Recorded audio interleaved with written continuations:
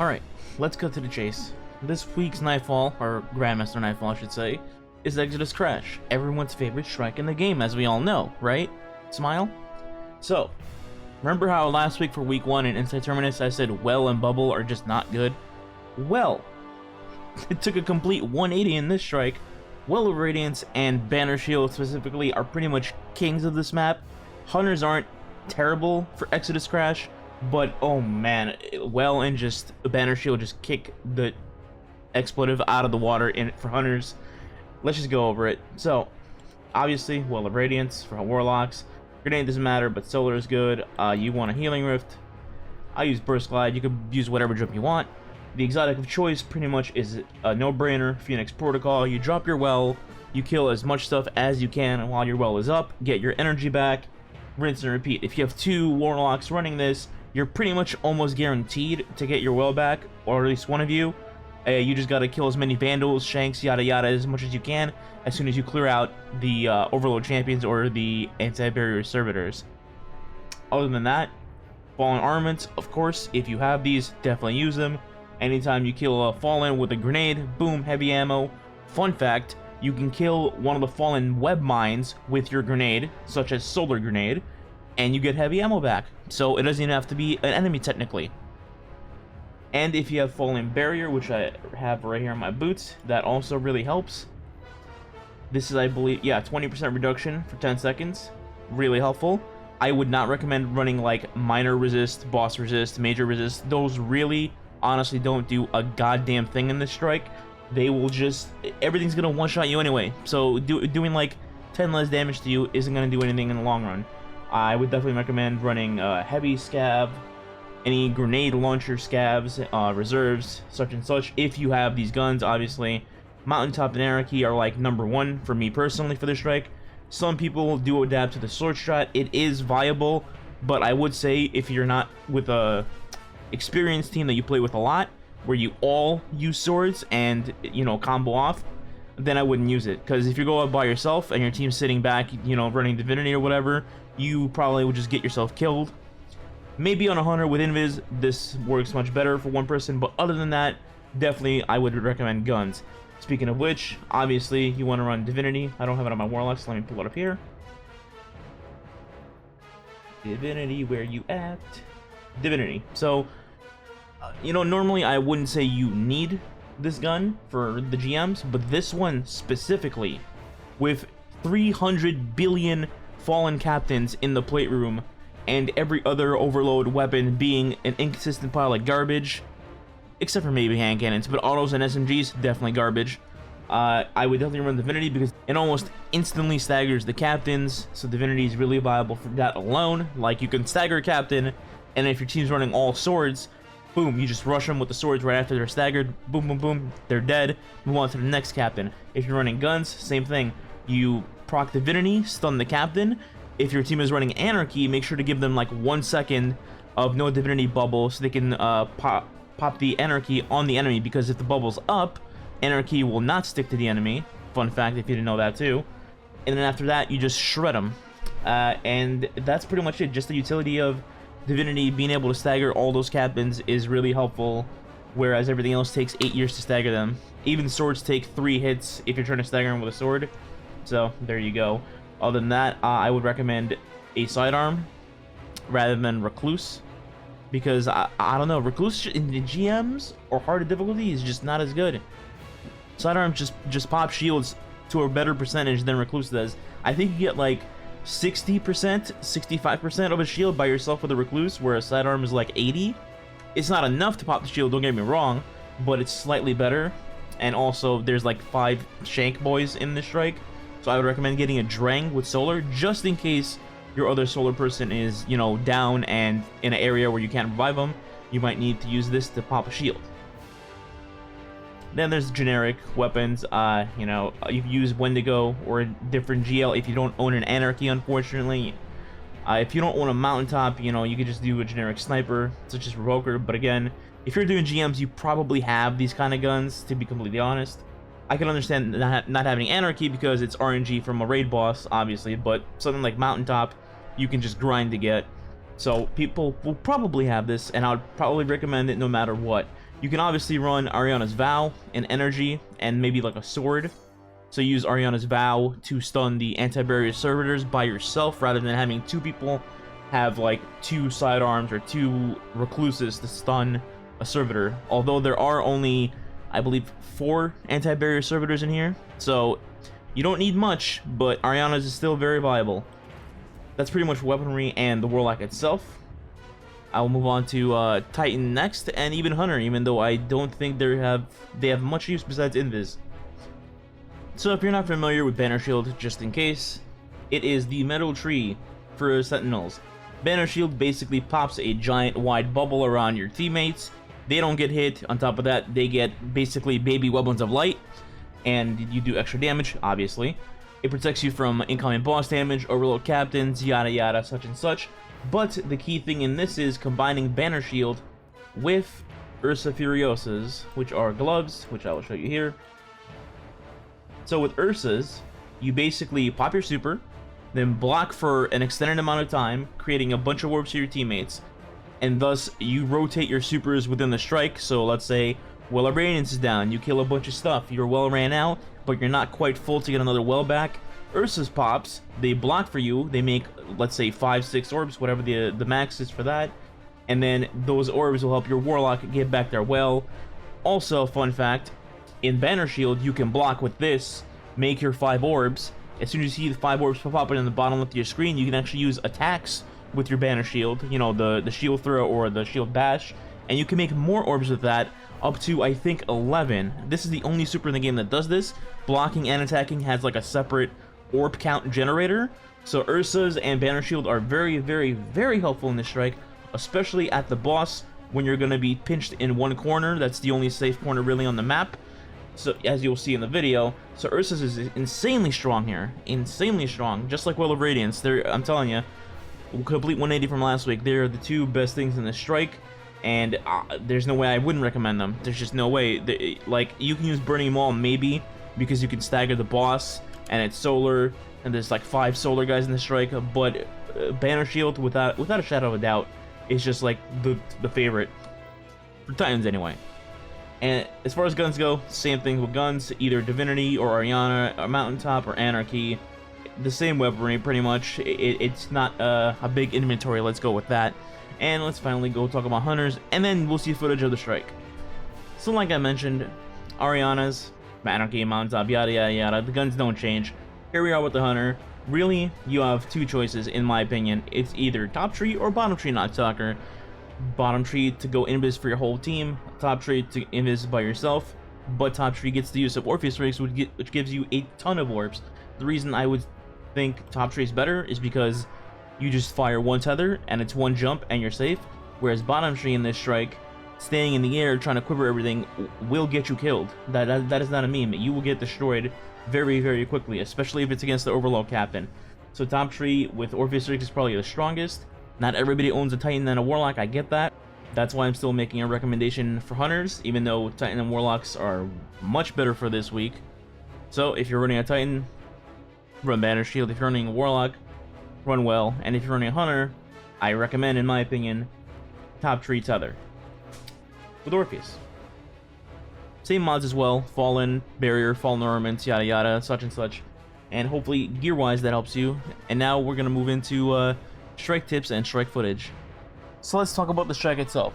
So to start the strike, you're going to need to collect rings. In the beginning, for the first set of rings, you're going to be fighting nothing but Vandals with snipers, and then Dregs on Pikes. Needless to say, you want to keep your distance from everything, and then keep an angle on a wall if you can.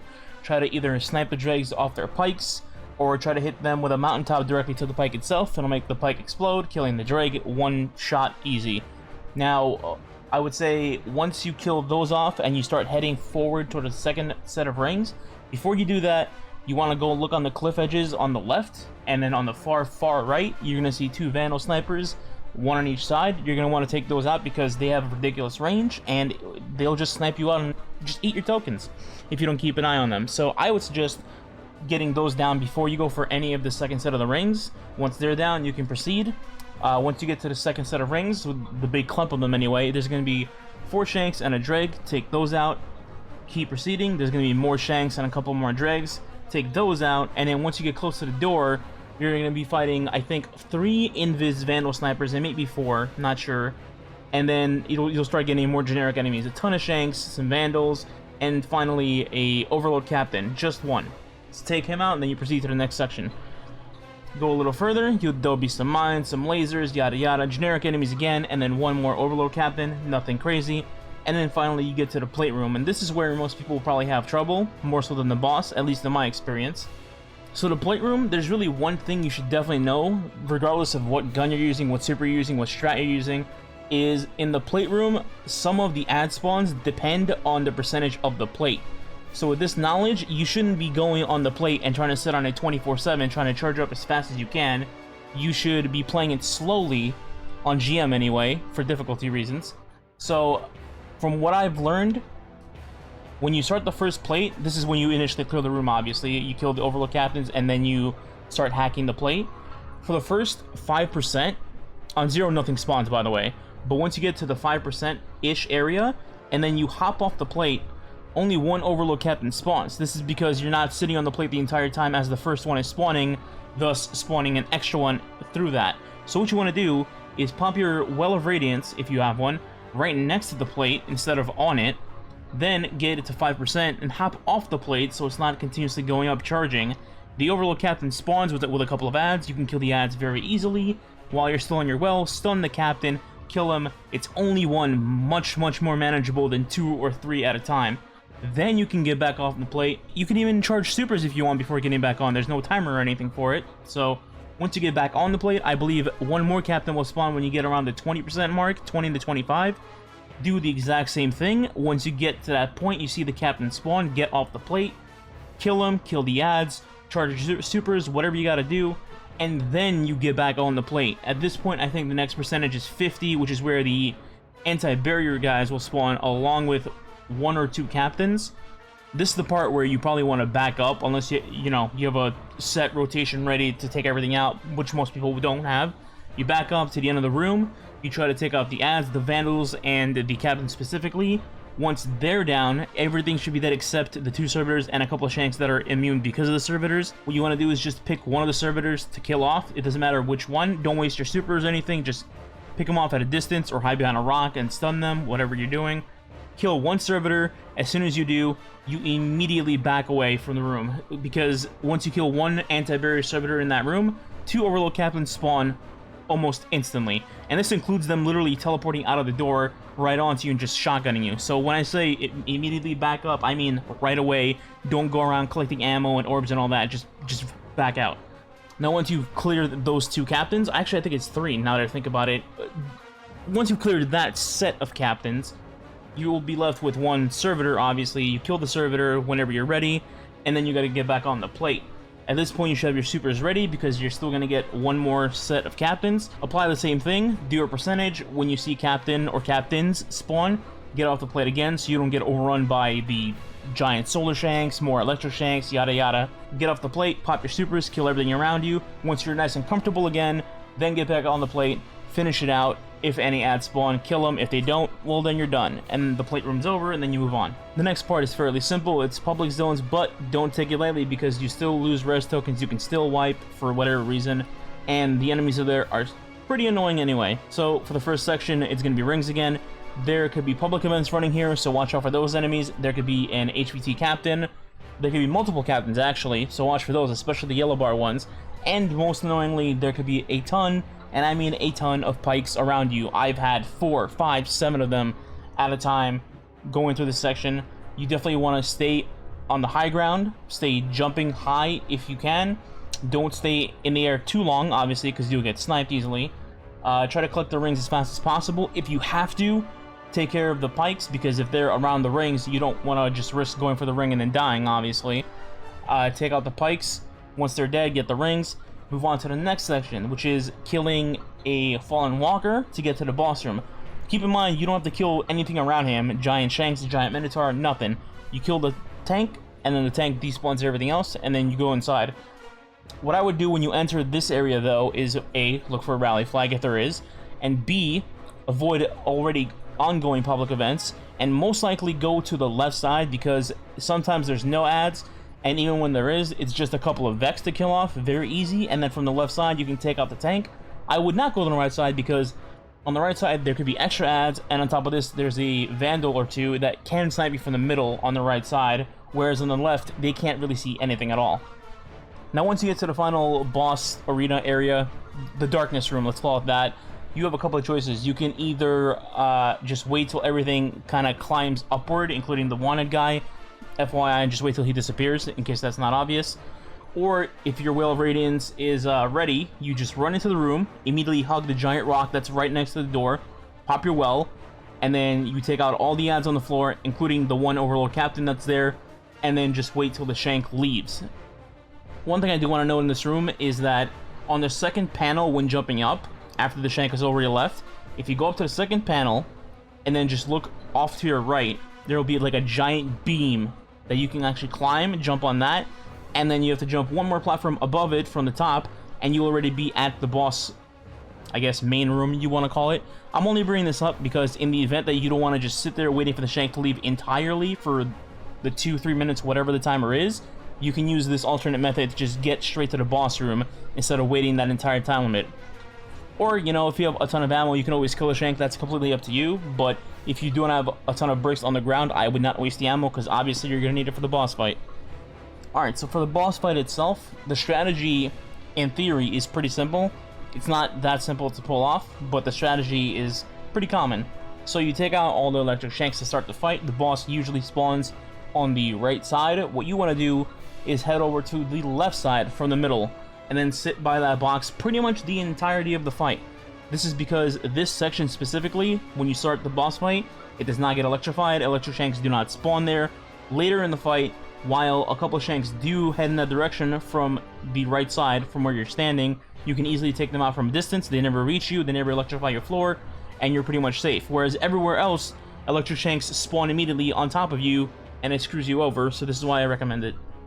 Your strategy to the boss fight should always be prioritizing the boss when he appears to melt them down to a certain amount of health for him to disappear, and then once you do, immediately look to your right to see if there's any extra Shanks coming in, the electric ones specifically.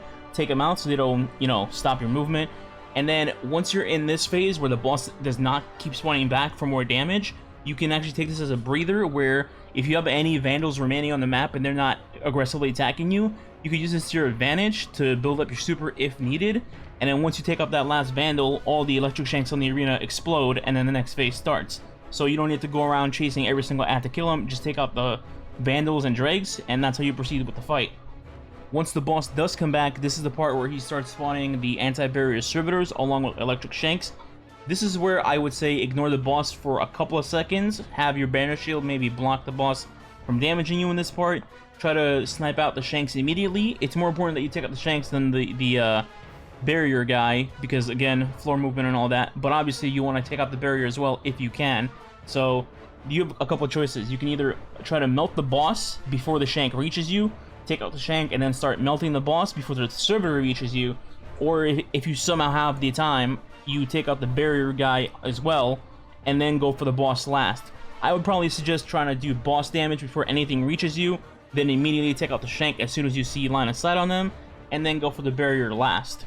Once you've done all of those, there's still going to be one barrier left in the middle for you to kill. It'll be kind of far from you, so you won't have to worry too much. Try to gain your super energy back, your ammo, kill off any ads on your left and right that are maybe stranded or something, then finally take out that barrier servitor and any other Vandals remaining, and then the boss will finally come back, and at this point he will probably be in his sword phase where he won't be shooting you non-stop anymore, which means once you're in your Well of Radiance, which I assume you will have by the time in this fight, he'll just be sitting on top of you the entire time. This is the part where your Divinity and Anarchy come into play, or Swords if you've made it this far. The boss will just be on top of you, pop your well, pop your banner shield, pop Anarchy on the floor, and just start wailing on him. Everything else does not matter. You've already killed the champion, so once the boss dies, it's a GG. He only has one bar left, so it wouldn't even take that long to kill. Specifically for this, I'm going to play versions of the boss fight where we kill him with guns, and then a version where we kill him with swords, and you can decide which one you want to do. Both of them work. I prefer Anarchy, others prefer swords, so I'm just going to leave it up to you. And that's pretty much it for this one. The rest of this video is going to be just raw footage from us clearing day 1, in case anybody wants to see that. And if this helped you clear your GM Exodus Crash, a like and a sub would be appreciated. And I'll catch you guys next week for Arms Dealer, I think. That one should be fun. Okay, well, hopefully something drops me special here. I'm gonna do this. I'm gonna ban her right away.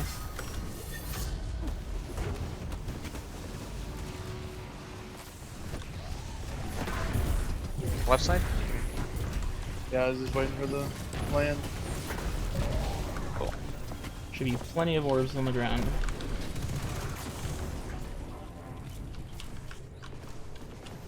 Just wait till that guy can leave.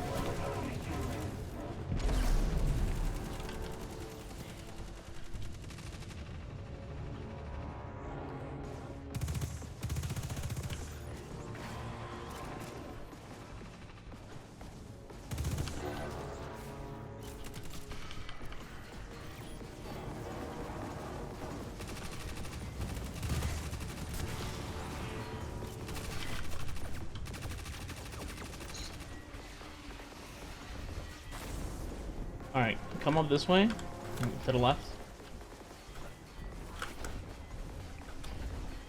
Did he still get hits? He's using hard light. Didn't know about that. Neat. Yeah, most people don't. Don't drop down yet. Why? Or go. That was- It pulls you once I kill the last rank, not before. I thought it sometimes doesn't pull. I'm gonna get first one on the left here. Alright, we're gonna be sitting over here the whole time. Just use the box for cover. Did you hear that?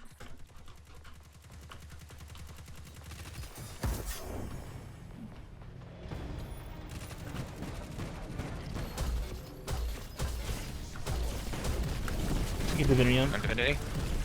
Oh, switching. He's already gone. The poor guy. He's back. He's on the right. Back on left. Left, yeah.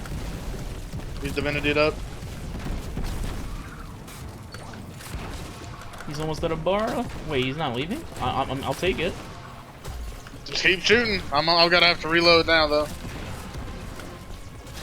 Well, he's just standing there. Dude, Okay. let's fucking go! Awesome, 16 minutes! Bro, that's the easiest thing ever. 16 minutes Oh to my fucking God. ship it, dude. Man literally just gave up. Always be here. On me.